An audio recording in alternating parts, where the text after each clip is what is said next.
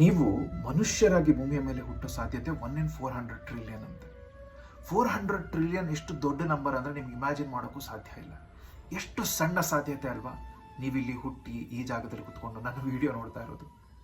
ಎಷ್ಟೋ ವಿಷಯಗಳು, ಎಷ್ಟೋ ತಲೆಮಾರುಗಳ ಕಾಲ ಸರಿಯಾದ ಸಂದರ್ಭದಲ್ಲಿ ಸರಿಯಾಗಿ ನಡೆದಿರೋದಕ್ಕೆ ನೀವು ಇವತ್ತಿಲ್ಲಿದ್ದೀರಾ. ನಿಮ್ಮ ತಂದೆ ತಾಯಿ ಒಬ್ಬರನ್ನೊಬ್ಬರು ಸಂಧಿಸ್ಬೇಕಾಯ್ತು, ಅವರ ತಂದೆ ತಾಯಿಗಳು ಒಬ್ಬರನ್ನೊಬ್ಬರು ಸಂಧಿಸ್ಬೇಕಾಯ್ತು, ಅವರ ತಂದೆ ತಾಯಿಗಳು ಒಬ್ಬರನ್ನೊಬ್ಬರು ಸಂಧಿಸ್ಬೇಕಾಯ್ತು.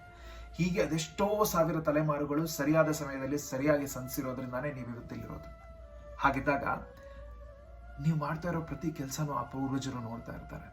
ನಾನು ಯಾವತ್ತೂ ನನ್ನ ಕೈಲಿ ಏನಾದರೂ ಮಾಡೋಕ್ಕಾಗೋದಿಲ್ಲ, ಮುಂದಕ್ಕೆ ಹೋಗೋಕ್ಕಾಗೋದಿಲ್ಲ ಅಂತಂದಾಗ ನೆನೆಸ್ಕೊಳ್ತೀನಿ, ನನ್ನ ತಂದೆ ತಾಯಿ ಕೈಗಳು ನನ್ನ ಹೆಗಲ ಮೇಲಿರೋ ಹಾಗೆ, ಅವರ ತಂದೆ ತಾಯಿ ಕೈಗಳು ಅವರ ಹೆಗಲ ಮೇಲಿರೋ ಹಾಗೆ, ಹೀಗೆ ಸಾವಿರಾರು ತಲೆಮಾರುಗಳು ನನ್ನ ಸುತ್ತ ನಿಂತಿರೋ ಹಾಗೆ. ನೀವು ಏನಾದ್ರು ಕೆಲಸ ಮಾಡ್ತಾ ದೇವರುಗಳು ಬೇಡ್ಕೋತಾ ಇರಬೇಕಾದ್ರೆ ಅವರುಗಳು ಕೂಡ ನಿಮಗೋಸ್ಕರ ಬೇಡ್ಕೋತಾ ಇರ್ತಾರೆ. ಯಾಕಂದ್ರೆ ನೀವು ಅವರ ಅಂಶ, ಅವರು ನಿಮ್ಮ ಪೂರ್ವಜರು. ಆದ್ರಿಂದ ನೀವು ಏನೇ ಒಳ್ಳೇದು ಮಾಡಿದ್ರು, ಏನೇ ಕೆಟ್ಟದ್ದು ಮಾಡಿದ್ರು, ತಪ್ಪು ಮಾಡಿದ್ರು, ಪ್ರತಿಯೊಂದನ್ನು ಅವರು ನೋಡ್ತಾ ಇರ್ತಾರೆ ಭಗವಂತನ ಜೊತೆ. ಆದ್ರಿಂದ ಏನಾದರೂ ಕೆಲಸ ಮಾಡೋದಕ್ಕಿಂತ ಮುಂಚೆ ನಿಮ್ಗೆ ಆಗ್ತಾ ಇಲ್ಲ ಅಂದಾಗ ಅವರೆಲ್ಲರ ಶಕ್ತಿ ಪ್ರಾರ್ಥನೆ ನಿಮ್ಮ ಜೊತೆ ಇದೆ ಅನ್ನೋದನ್ನ ನೆನ್ಪಿಟ್ಕೊಳ್ಳಿ. ಹಾಗೇನೆ ಏನಾದರೂ ಕೆಲಸ ಮಾಡ್ತಾ ಇರ್ಬೇಕಾದ್ರೆ ಅದು ಸರಿನೋ ತಪ್ಪು ಅಂತ ಕೇಳಬೇಕಾದ್ರೆ, ನಿಮಗೆ ನೀವು ಕೇಳ್ಕೋಬೇಕಾದ್ರೆ ಅವರೆಲ್ಲರೂ ಅದನ್ನೂ ನೋಡ್ತಾ ಇದ್ದಾರೆ ಅಂತ ನೆನ್ಪಿಟ್ಕೊಳ್ಳಿ. ಅವರಿಗೆ ಅವಮಾನ ಆಗುವಂಥ ಕೆಲಸ ಮಾಡಬೇಡಿ, ಅವ್ರನ್ನ ಪ್ರೌಡ್ ಮಾಡಿ, ಯೋಚನೆ ಮಾಡಿ.